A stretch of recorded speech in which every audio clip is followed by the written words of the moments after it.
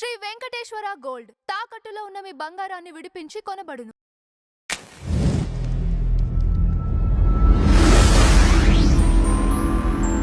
నమస్కారం డాక్టర్ శ్యాంప్రసాద్ గారు. నమస్తే అండి. ఆంధ్రప్రదేశ్లో పెట్టుబడులు పెట్టే వాళ్ళు వచ్చినా కానీ, లేకపోతే వాళ్ళకి సంబంధించిన ఓపెనింగ్స్ జరిగినా కానీ, వెంటనే జగన్మోహన్ రెడ్డి గారు అనే మాట ఒకటే, క్రెడిట్ చోరీ. అది నేను ఎప్పుడో పెట్టింది, వీళ్ళు ఇప్పుడు వచ్చారు చేసుకుంటున్నారు. అప్పుడు రాలా, మరెందుకో మరి అది ఈ క్రెడిట్ చోరీ అసలు నిజంగా భోగాపురం నుంచి తీసుకుందామండి. ఇప్పటి వరకు అసలు ప్రతి సందర్భంలో ఆయన మొన్న ఇది ఉంది, స్టీల్ ప్లాంట్ ఉందా, దానికి కూడా సేమ్. అది ఎప్పుడో నేను అంతకుముందు ప్రీవియస్ నేనే దానికి ఆద్యుడిని అని చెప్పేసి ఆయన నా క్రెడిట్ ఆయన తీసుకుంటున్నారు చంద్రబాబు నాయుడు గారు అని చెప్పేసి దీని గురించి క్లియర్ గా చెప్పుకున్నాను. యాక్చువల్గా మన రాష్ట్రం కొత్తగా ఏర్పడింది 2014 నుంచి. ఆంధ్రప్రదేశ్ సపరేట్ రాష్ట్రం. డెవలప్మెంట్ అవటమే మనకు మంచిది. ఎవరు చేసినా సరే డెవలప్మెంట్ చేస్తే అందరూ అప్రిషియేట్ చేయాలి. ఇది నేను చేశాను అని పోట్లాడుకోవటం ఎందుకు? అసలు జరుగుతుంది. సరే, నువ్వే చేసావా బాబు, అన్ని నువ్వే తెచ్చావు, ఒప్పుకుంటాం. ప్రజలకు తెలిసి ఎవరు తెచ్చారు. ఎందుకంటే ఆయన హయాంలో ఇండస్ట్రీస్ రాకపోగా వెళ్ళిపోయినాయి అనే సంగతి స్పష్టంగా ప్రతి ఒక్క ఆంధ్రప్రదేశ్ ప్రజలకి తెలుసు. ఎన్ని ఇండస్ట్రీస్ వెళ్ళిపోయినాయో, ఎలా వెళ్ళిపోయినాయో. అటువంటి వాళ్ళు ఇండస్ట్రీస్ తెస్తానంటే ఎవరైనా నమ్ముతారా ప్రజలు? ఇప్పుడు అమర్ రాజా ఉందండి, అమర్ రాజా బ్యాటరీ చెప్పుకోవచ్చు. చెప్తాను, నేను చెప్తాను. 9,000 కోట్లు అండి పెట్టుబడులు, 10,000 crores అండి. ఇప్పుడు యాక్చువల్గా 2014, 2019 గురించి మాట్లాడుకుందాం అండి. 2014, 2019 మధ్యలో చంద్రబాబు నాయుడు గారు అచ్చంగా అభివృద్ధి మీదే పడ్డారు. అభివృద్ధే కాన్సన్ట్రేట్ చేశాడు. అందుకని ఆయన ఓటమి చెందాడు 2014. ఆయనకి విపరీతమైన ఓవర్ కాన్ఫిడెన్స్ వచ్చింది. నేను ఇంత డెవలప్ చేస్తున్నాను, ఇన్ని డెవలప్మెంట్ కార్యక్రమాలు ఉన్నాను కాబట్టి నాకు ప్రజలు ఆదరిస్తారు అని చెప్పి రాజకీయం చేయలే. ఎమ్మెల్యేలు ఏం చేస్తున్నారో చూడలే. అదర్ పార్టీ వైఎస్ఆర్సీపీ వాళ్ళు ఏ విధంగా బ్యాడ్ ప్రాపగాండా చేస్తున్నారు అనేది కూడా గమనించకుండా ఆయన అచ్చంగా రోజు లేగిస్తే 10 సోమవారం పోలవరం వెళ్ళాడు. కాన్సన్ట్రేషన్ అంతా అమరావతిలో పెట్టి అమరావతి ల్యాండ్ పూలింగ్ దగ్గర నుంచి బిల్డింగ్స్ డిజైన్స్, రకరకాల ప్రాబ్లమ్స్, గ్రీన్ ట్రిబ్యునల్లో వచ్చిన కేసులు, సుప్రీంకోర్టు కేసులు అన్నీ క్లియర్ చేయించుకుని మళ్ళా transit buildings, secretariat, assembly, high court కట్టి పరిపాలన అంతా అక్కడ సాగించి అసలు ఏమి కట్టుబట్టలతో మనం వదిలిపెట్టిన రాష్ట్రంలో రాజధాని లేకుండా ఉన్నప్పుడు మొదలుపెట్టడం, అదుట్లో మైనస్ బడ్జెట్తో బిగించేయటం ఎంత కష్టమో మీకు అర్థమైంది. ఆయన సమర్థుడు కాబట్టి, అనుభవశాలి కాబట్టి అవన్నీ జాగ్రత్తగా తీసుకొచ్చాడనమాట. అప్పుడు పెట్టుబడుల్లో కియా మోటార్స్ చాలా ఇంపార్టెంట్ అనమాట. కియా మోటార్స్కు ఆ ప్రాజెక్టు ఇవాళ చూడండి మీరు, మనం ఇప్పుడు హైదరాబాద్లో ఉన్నాం. హైదరాబాద్లో మీరు రోడ్డు మీదకి వెళ్తే 4 కార్లు 2 కార్లు కియా కార్లు కనపడతాయి మీకు. ఎన్ని మోడల్స్ వచ్చినాయో, ఎంత సక్సెస్ అయిందో మనం ప్రత్యక్షంగా చూసాం. కియా మోటార్స్ ఘనత ఎవరిదండి? ఎంత కష్టపడి ఆ పెనుగొండ దగ్గర ఎంత ఎకో సిస్టమ్ క్రియేట్ చేశారు. వాటర్ సిస్టమ్ చూసారా, రోడ్లు చూసారా, ఇన్ఫ్రాస్ట్రక్చర్ చూసారా? మీరు వెళ్ళారా ఒకసారన్నా? చూడండి, ఎంత అది ఇంటర్నేషనల్ స్టాండర్డ్స్లో ఉంటుంది ఆ ఏరియా. అది మరి అనంతపూరికి అది ఒక పెద్ద ఎసెట్ అయిపోయింది. 20,000 మంది ఉద్యోగాలు చేస్తున్నారు. మరి ఇప్పుడు అప్పుడు ఏం చేశారు? అది కూడా బుగ్గన రాజేంద్రనాథ్ రెడ్డి ఆర్థిక మంత్రి అప్పుడు కాలంలో, ఇప్పుడు 2019, 24 మధ్యలో ఆయన ఏమన్నాడు? రాజశేఖర రెడ్డి గారు ముఖ్యమంత్రిగా ఉన్న టైంలో కియా మోటార్స్కి లెటర్ రాశారు. ఆ లెటర్ చూసుకుని ఇప్పుడు వచ్చి ఇన్వెస్ట్ చేశారంట. ఎంత హాస్యాస్పదంగా ఉంటుందండి. ఎంత కష్టపడి మిగతా రాష్ట్రాల ద్వారా మహారాష్ట్రలో పెట్టబోతుంటే దాన్ని చంద్రబాబు నాయుడు గారు వాళ్ళని కన్విన్స్ చేసి, మీకు కావాల్సిన ల్యాండ్ ఇలా ఇస్తా, వాటర్ ఇలా ఇస్తా, ఇన్ఫ్రాస్ట్రక్చర్ అన్నీ నేనే క్రియేట్ చేసిస్తా అని ఒక industrial policy, investor friendly policy, వాళ్ళకి అనుకూలంగా అన్నీ చేసి తీసుకొచ్చి ఘనత చంద్రబాబు నాయుడు గారు. కియా మోటార్స్ భారతదేశంలో, ఆంధ్రప్రదేశ్లో, పెనుగొండలో ఉన్నంతకాలం చంద్రబాబు నాయుడు గారి పేరు అక్కడ ఉంటుంది. ఆయన ఉండంగానే దాని ఇనాగరేషన్ కూడా అయిపోయింది. అలాంటి ప్లాంట్ అనమాట. దాన్ని మేము తీసుకొచ్చామని అసెంబ్లీలో చెబుతారు వాళ్ళు. దాన్ని క్రెడిట్ చోరీ అని అంటారు అనమాట. ఎందుకంటే క్రెడిట్ చోరీ అనే వర్డ్ బాగా పాపులర్ అయిపోయింది ఈ మధ్యకాలంలో. దాని బదులు ఏదైనా ఇంకో వర్డ్ కూడా వాడితే మంచిది. అప్పుడేమైంది? వాడు గవర్నమెంట్లోకి వచ్చారు. ఇది ఓపెన్ అయిన తర్వాత మళ్ళీ ఇనాగరేషన్ చేశారు. ఇనాగరేషన్ చేసే సందర్భంలో అక్కడ హిందూపూర్ ఎమ్మెల్యే ఒక అతని పేరేంటో, అతను నగ్నంగా కూడా అతని వీడియోలు వచ్చినాయి, గోరంట్ల మాధవ్. అతను వెళ్ళి థ్రెటన్ చేశాడు ఫిజికల్గా. అవును, కియా మోటార్స్ అన్న ఆ వీడియోస్ చాలా సార్లు వచ్చినాయి. వాళ్ళు యాక్చువల్గా కియా మోటార్స్ మెయిన్ యూనిట్, ఇది పెద్ద యూనిట్. దానికి సంబంధించిన యాన్సర్ యూనిట్స్ మొత్తం పక్క రాష్ట్రానికి వెళ్ళిపోయింది. ఒక ఇన్వెస్ట్మెంట్ ఆ అవకాశాన్ని పోగొట్టారు వాళ్ళు. ఆ పోగొట్టారు. థ్రెటనింగ్ వల్ల. రైట్ అది ఎంత నష్టం, అది ప్రజలందరూ చూశారు. వీళ్ళు ఇన్వెస్ట్మెంట్ తీసుకొస్తారంటే ఎవరైనా నమ్ముతారా? మేము తీసుకొచ్చామని అసెంబ్లీలో చెప్పడం ఎందుకు, వచ్చే వాటిని పోగొట్టడం ఎందుకు? అదే ఇప్పుడు అనంతపూర్ నుంచి పక్కన చిత్తూరు జిల్లాకి వెళ్దాం. చిత్తూరు జిల్లాలో అమర్రాజా బ్యాటరీ ఉంది. అది గల్లా జయదేవ్ గారు ఎంపీ గారిది, గుంటూరు ఎంపీ అప్పుడు. అటు ఎంతో సిన్సియర్గా, ఎంతో మెటిక్యులస్ ప్లానింగ్తో సిస్టమేటిక్గా చేస్తారు రామచంద్ర నాయుడు గారు. ఆయన నాకు పర్సనల్గా, నేను ఒకే వేదిక పంచుకున్నాం ఒకసారి. ఎంత ఎంత డిసిప్లిన్ ఉంటుంది అసలు. ఆ యూనిట్ చూడండి, వెళ్ళి ఎవరైనా సరే అమర్రాజు చూడటానికి ముచ్చటగా ఉంటుంది. ఎంతో సిస్టమేటిక్గా ఎన్నో వేల మందికి ఉద్యోగాలు ఇచ్చి నడుపుతున్న కంపెనీ. వాళ్ళు ఎక్స్పాన్షన్ 10,000 కోట్లకి వెళ్తున్నారు. వాళ్ళు ఆ 10,000 కోట్ల ఎక్స్పాన్షన్ని తరిమి కొట్టారు ఇక్కడి నుంచి. అది వచ్చి తెలంగాణలో పెట్టారు. 10,000 మందికి ఉద్యోగాలు పోయినాయి, అది పోగొట్టారు. అది ఎక్కడ జరిగింది? చిత్తూరు జిల్లా. అనంతపూర్ జిల్లాలో కియా యాన్సరీస్ పోగొట్టారు. ఇక్కడ చిత్తూరు జిల్లాలో అమర్రాజా ఎక్స్పాన్షన్ 10,000 కోట్ల యూనిట్ పోగొట్టారు. ఇలా ఒక జాకీ యూనిట్ పోగొట్టారు. ఒకటి కాదు, ఎన్ని ఇక్కడ మెట్టెక్ జోన్ అంతా పోగొట్టారు. సాఫ్ట్వేర్ కంపెనీలన్నీ ఎలగొట్టారు. వైజాగ్ నుంచి లులు వాళ్ళని ఎలగొట్టారు. ఒక్కటి కాదండి, చెప్పుకుంటా పోతే చాలా ఉన్నాయి. ఈ వెళ్ళిపోయినాయి కాక వచ్చిన కంపెనీలు లేవు. ఒక్క కంపెనీ కూడా రాలా. అసలు ఎట్లా చెప్పగలరు నేను తీసుకొచ్చాను కంపెనీస్ అని? ఈయన ఒకసారి వైజాగ్లో సమ్మిట్ పెట్టాడు, అంబానీ గారు కూడా వచ్చారు, కానీ ఏం పెట్టలే. డిస్కస్ చేశారు, వెళ్ళిపోయారు. అదానీ గారు నేను ఏదో పెడతానన్నాడు. ఆయనకి ఏదో ఒప్పందం కుదుర్చుకున్నారు వైజాగ్లో, అది అట్లాగే యాడీలుగా పడేసి వెళ్ళిపోయాడు ఆయన. ఏది మెటీరియల్స్ అవలా. ఇప్పుడు 2019-24 మధ్యలో ఉన్న జగన్మోహన్ రెడ్డికి ముఖ్యమంత్రిగా ఉన్న టైంలో పరిశ్రమలు ఎందుకు రాలా? ఆయన మీద నమ్మకం లేక. ఆయన సమర్థుడు కాదు, మనకి అవకాశాలు సరిగ్గా ఉంటాయో లేవో, మనకు లా అండ్ ఆర్డర్ సరిగ్గా ఉంటుందో లేదో, మనం ఇండస్ట్రీ సక్సెస్ఫుల్గా రన్ చేస్తామో చేయలేమో, హెరాస్మెంట్ ఉంటుందేమో, ఆ భయంతో రాలా. చంద్రబాబు నాయుడు గారు ఆల్రెడీ హైదరాబాద్లో సైబరాబాద్ క్రియేట్ చేసి కొన్ని 100,000 కంపెనీలు తీసుకొచ్చాడు, ఇన్వెస్టర్ ఫ్రెండ్లీగా ఉంటున్నాడు అని ఆయన మీద నమ్మకం ప్రపంచవ్యాప్తంగా ఉంది. ఆయన అంటే భారతదేశంలో ఆయన ఒక విజనరీ అని ఒక ముద్ర పడిపోయింది ఆయనకి. అందుకని కంపెనీలన్నీ ఆయన చూసి వస్తున్నాయి. ఇక్కడ ఆంధ్రప్రదేశ్లో కంపెనీలు రావడానికి అవకాశం లేదు. యాక్చువల్గా కోస్టల్ 900 కిలోమీటర్స్ పైన ఉంది, కానీ ఇన్ఫ్రాస్ట్రక్చర్ లేదు, ఎయిర్పోర్ట్స్ లేవు. ఇప్పుడు ఐటీ రావాలంటే ఇంటర్నేషనల్ ఎయిర్పోర్ట్ పక్కాగా ఉండాలి. డైరెక్ట్గా గూగుల్ వాళ్ళు అక్కడ అమెరికా సియాటిల్లో ఎక్కితే వచ్చి ఇక్కడ వైజాగ్లో దిగి ఒక రోజు ఉండి ఎమ్మటే మళ్ళీ వెళ్ళిపోయేటట్టుగా ఉండాలి ఇండస్ట్రీస్ రావాలంటే. కేవలం చంద్రబాబు నాయుడు గారు ఇన్ఫ్రాస్ట్రక్చర్ అంతా క్రియేట్ చేస్తారు కాబట్టి మేము చంద్రబాబు నాయుడు గారిని చూసి వస్తున్నాము. ఒక్క ఇండస్ట్రీయా, 2 ఇండస్ట్రీసా, 20 లక్షల కోట్ల ఇన్వెస్ట్మెంట్స్ అండి, సామాన్యమైన విషయం కాదు. 1,00,000 కోట్ల ఇన్వెస్ట్మెంట్ అయినా ఇదే సెంటెన్స్ మాట్లాడతాం, 20 లక్షల కోట్ల ఇన్వెస్ట్మెంట్ అయినా ఇదే మాట్లాడతాం. దాంట్లో ఉన్న తేడా చూడండి. ఇంత ఇన్వెస్ట్మెంట్ ఆంధ్రప్రదేశ్కి రావటం అనేది నభూతో నభవిష్యత్ అనమాట.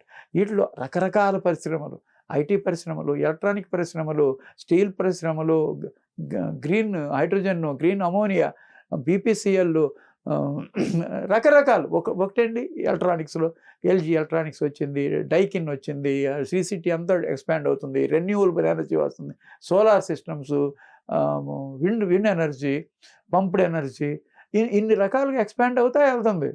ఇన్ని రకాల ఇండస్ట్రీస్, రోజుకు ఒక రకంగా ఫార్మా ఇండస్ట్రీ వస్తుంది. ఇప్పుడు చూడండి, ఇప్పుడు ఒక జస్ట్ ఎగ్జాంపుల్స్గా కొంచెం చెప్పుకుందాం. పెద్ద పెద్ద industries, foreign direct investment FDI, ఇండియాలో highest FDI investment Google artificial intelligence data centre చేసింది. అది వైజాగ్లో పెడుతున్నారు. ఇప్పుడు గూగుల్ డేటా సెంటర్ 100 కోట్ల 30 లక్షల ఇన్వెస్ట్మెంట్, $13 బిలియన్. సామాన్యమైన ఇన్వెస్ట్మెంట్ కాదు అది. భారతదేశంలో హైయెస్ట్ FDI ఇదే ఫస్ట్ టైం వస్తాం. మరి అది వస్తే ఎంత ఎకో సిస్టమ్ డెవలప్ అవుతుంది. ఇప్పుడు మీరు ఆ ఎకో సిస్టమ్ వలన ఎంతమందికి ఇండైరెక్ట్గా జాబ్స్ వస్తాయి. యాక్చువల్గా అది ఒక ఇండస్ట్రీ.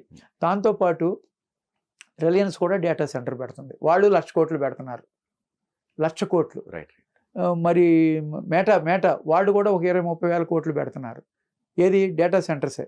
ఇది 2026 డేటా సెంటర్ల యుగం. ఇది డేటా సెంటర్స్ చాలా అవసరం అనమాట. That artificial intelligence data centres పెడతామంటే సామాన్య విషయంగా, దట్టు ఇంటర్నేషనల్ స్టాండర్డ్స్ ఉన్న కంపెనీలు, గూగుల్, మెటా, రిలయన్స్, 3 కంపెనీలు పెడుతున్నాయి. ఎట్లా పెడుతున్నాయి? సీ కోస్ట్లో ఉంది కాబట్టి వైజాగ్, అండర్ సీ కేబుల్ వేస్తున్నారు 3 కంపెనీలు.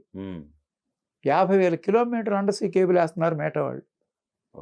మళ్ళీ ఏది? అమెరికా, బ్రెజిల్, ఈ అన్ని కంట్రీస్ కలుపుతా. మరి 2 సెంటర్స్ ఏది వైజాగ్ అండ్ బాంబే కలుపుతున్నారు మేటా వాళ్ళు. మరి గూగుల్ డేటా సెంటర్ వాళ్ళు వైజాగ్ని కలుపుతున్నారు. వాళ్ళు అమెరికా నుంచి లింక్ చేసుకుంటున్నారు వాళ్ళు. అండర్ సీ కేబుల్ అనమాట.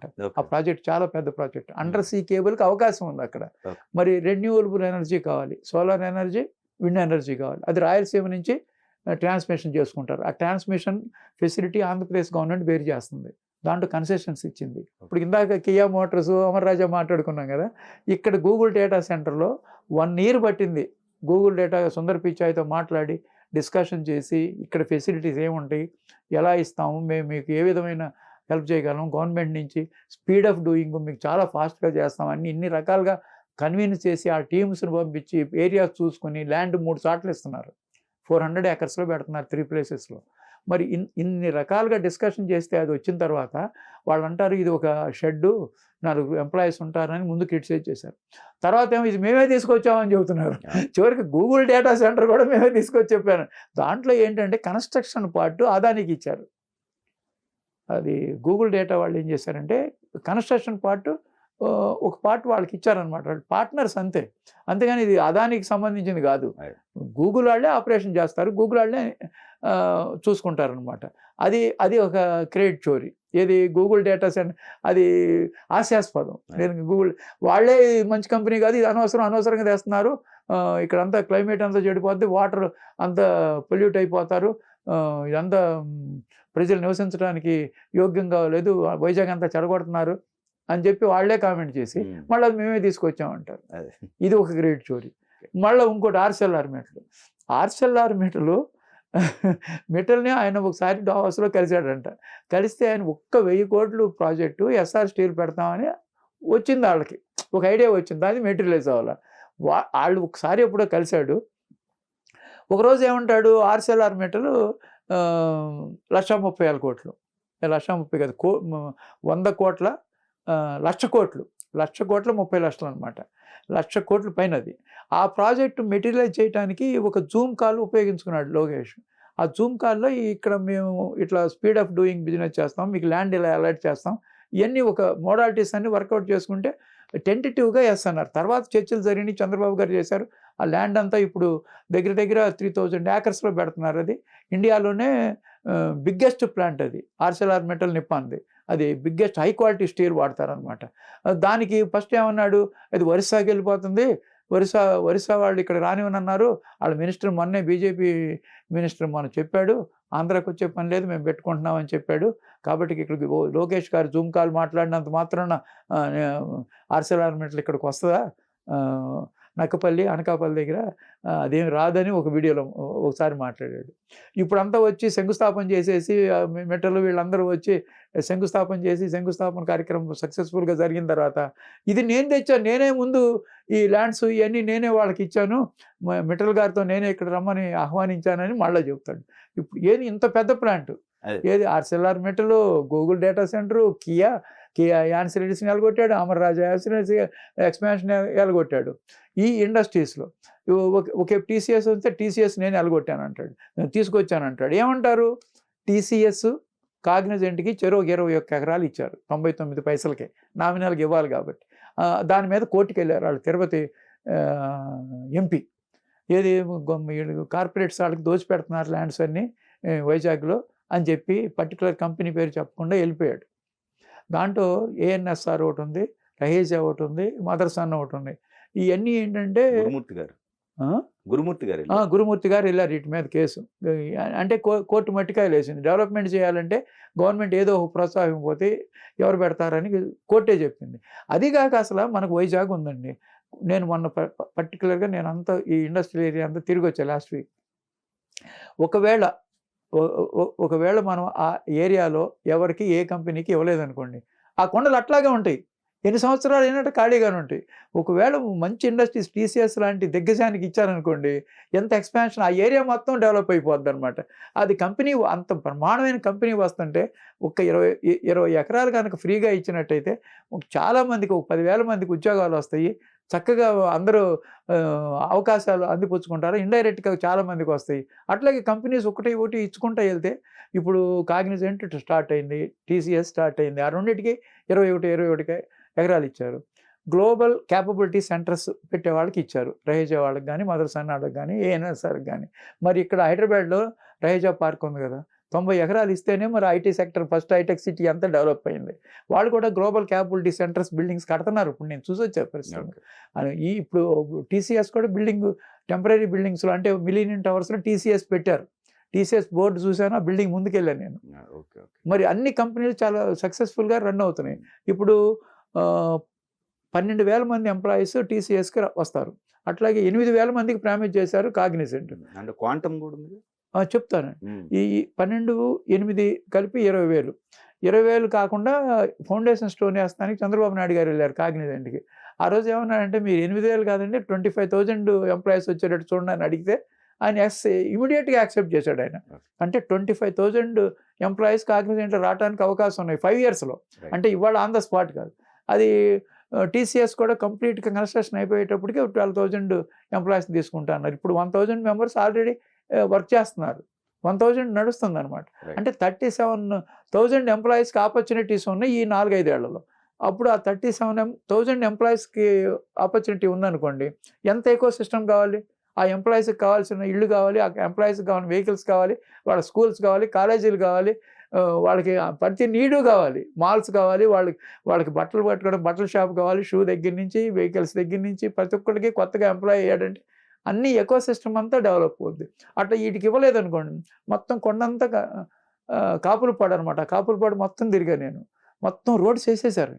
ఇప్పుడు మధురవాడ రోడ్డు, ఇటు బీచ్ రోడ్డు, భీమిలికెళ్ళే రోడ్డు, రెండింటికి కనెక్టివిటీ ఉందన్నమాట. ఆ చక్కగా ఎంత కనెక్టివిటీగా ఆ కొండల్లో ఆ బిల్డింగ్స్ అవన్నీ చూస్తుంటే ఎంత ముచ్చటేస్తుందండి. ఆ డెవలప్మెంట్ చూస్తుంటేనే హాయిగా ఉందన్నమాట. అంటే ఈ ఫ్యూచర్లో 10 yearsలో వైజాగ్ అంతర్జాతీయ నగరం అవడంలో ఆ సందేహమే లేదనమాట. ఒకేపు ఏమో ఐటీ సెక్టర్, ఒకేపు ఏమో ఈ స్టీల్ ఫ్యాక్టరీ, 2 గాజువాకలోనేమో విశాఖ స్టీల్ ఉంది కదా, అక్కడేమో అనకాపల్లిలోనేమో నక్కపల్లిలో ఆర్సెల్ఆర్మిటల్ ఉంది కదా, అట్లాగే మరి పూడిమెడక అనకాపల్లిలో మరి ఇది పెద్ద ప్లాంట్ ఎన్టీపీసీ గ్రీన్. మరి అదంతా వాటికి 2,000 ఎకరాలు ఇచ్చారు, ప్రైరీ కట్టుకున్నారు. దానికి 1,00,00,000 కోట్ల నుంచి 1,80,000 కోట్లు అనమాట. మరి అది పెద్ద ప్లాంటే కదా. అంతా అది ఒక పెద్ద నగరంగా అయిపోద్ది అనమాట. తర్వాత భోగాపురం ఎయిర్పోర్ట్ కూడా నేనే పెట్టాను, నేనే చేశాను అంటాడు. అది 2014-19 మధ్యలో దానికి శంకుస్థాపన చేసి దానికి అదాని వాళ్ళకి ఇచ్చి ఇవన్నీ చేసింది తెలుగుదేశం గవర్నమెంటే.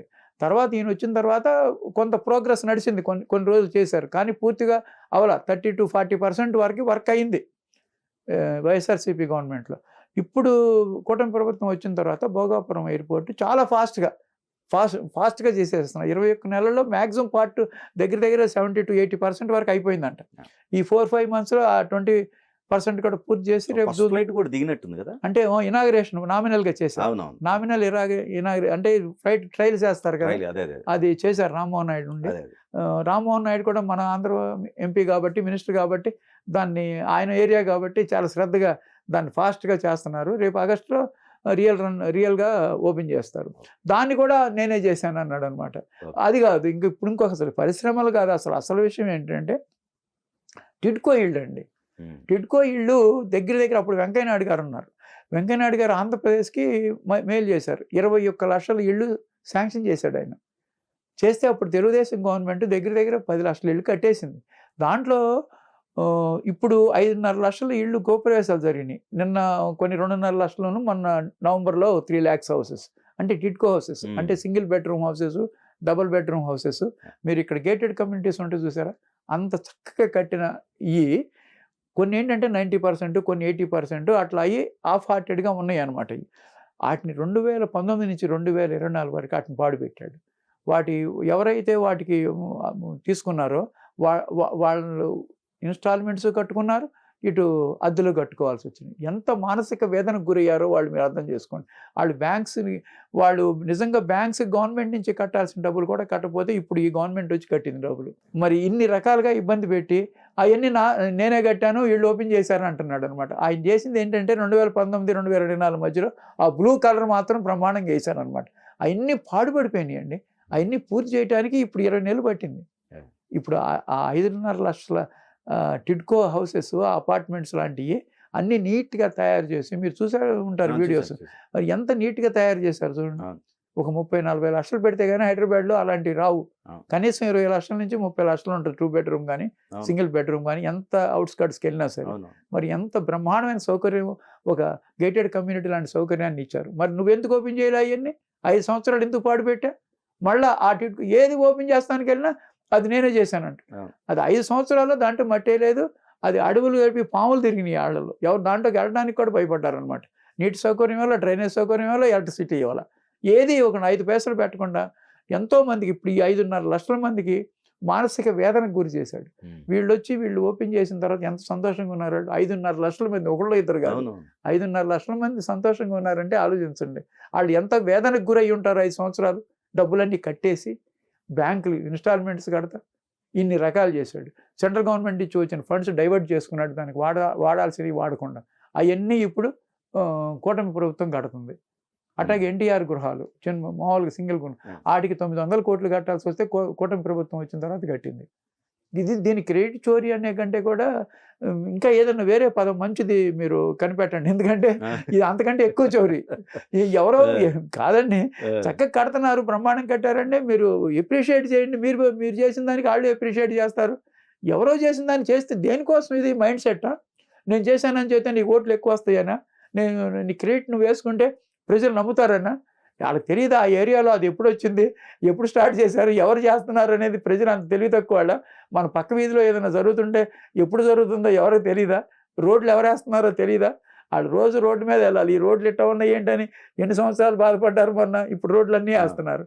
అట్లాగే ప్రజలేం తెలివి తక్కువ వాళ్ళు కాదండి. ఒక్కసారి పొరపాటు పడ్డారు 2019లో, అంతే.